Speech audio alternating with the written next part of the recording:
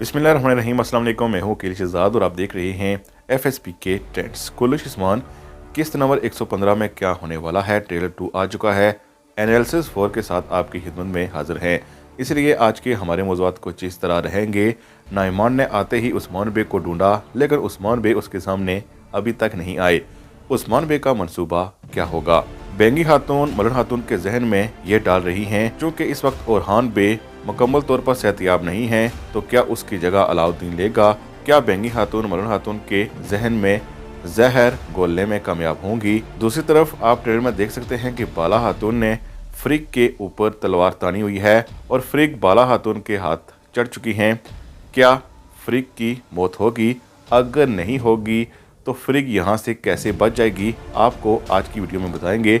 लेकिन वीडियो शुरू करने से पहले आपसे गुजारिश है कि अगर आपने FSP के ट्रेंड्स को सब्सक्राइब नहीं किया तो ज़रूर सब्सक्राइब कर लें। उस्मान बे को चूँकि इस्मान खातून ने हमारे ख्याल में जिरगे से निकाल दिया, या फिर इस्मान खातून ने उस्मान बे की कोई बात ना सुनी, जिसकी वजह से उस्मान बे ने यही फैसला किया कि वो अकेले ही नाइमान से लड़ेंगे और बाकी लोग करारगाह में पहुँच गए जहाँ नाइमान पहुँच चुका है।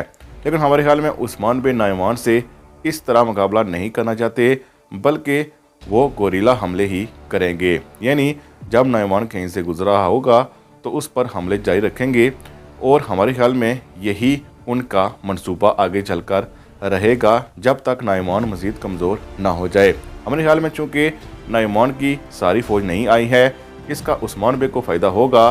दूसरी तरफ शामिल अल भी नाइमान के हवाले से कोई ना कोई कमज़ोरी की खबर ज़रूर लाएगा, जिसका उस्मान बे फ़ायदा उठा सकते हैं। यानी उस्मान बे को जहां नाइमान से लड़ना पड़ेगा, वहीं पर वो नाइमान से सियासत भी करेंगे। यही उनका मंसूबा होगा। इसके साथ साथ बाज़ सादारान, जिनमें जानदार बे और इसके साथ साथ करासी बे भी हमें लगता है कि उस्मान बे का छुपकर यानी इस्मान खातून से छुपकर साथ ज़रूर देंगे। दूसरी तरफ चूँकि ओरहान अभी तक सेहतियाब नहीं हुए हैं, तो बेंगी खातून इस बात का फ़ायदा उठाकर मलन खातून और बाला खातून को लड़ाना चाहती है। लेकिन हमें लगता है कि ऐसा कुछ नहीं होगा, बाला खातून और मलन खातून नहीं लड़ेंगी।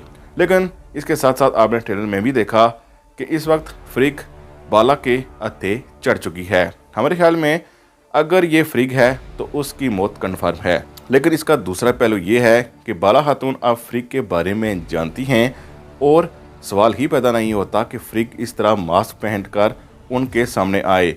यानी ये बात उस वक्त तक ठीक थी जब फ्रिक और मारता कौन है बाला खातून नहीं जानती थी। लेकिन अब चूँकि बाला खातून जानती है तो अब फ्रिक को मास्क पहनने की ज़रूरत नहीं थी। हमें लगता है कि ये फ्रिक नहीं होगी। हो सकता है कि ये बाला खातून के लिए कोई जाल बिछाया गया हो। यूँ ही बाला खातून तलवार से इस मास्क को हटाएंगी तो मुमकिन है कि ये कोई और हो। लेकिन बाला खातून को हमारे ख्याल में यहाँ से बचा लिया जाएगा। लेकिन इसके साथ साथ अपनी बात को एक बार फिर हम दोहराएंगे कि अगर ये असली फ्रिक हुई तो बाला खातून इसको यहाँ मार देगी।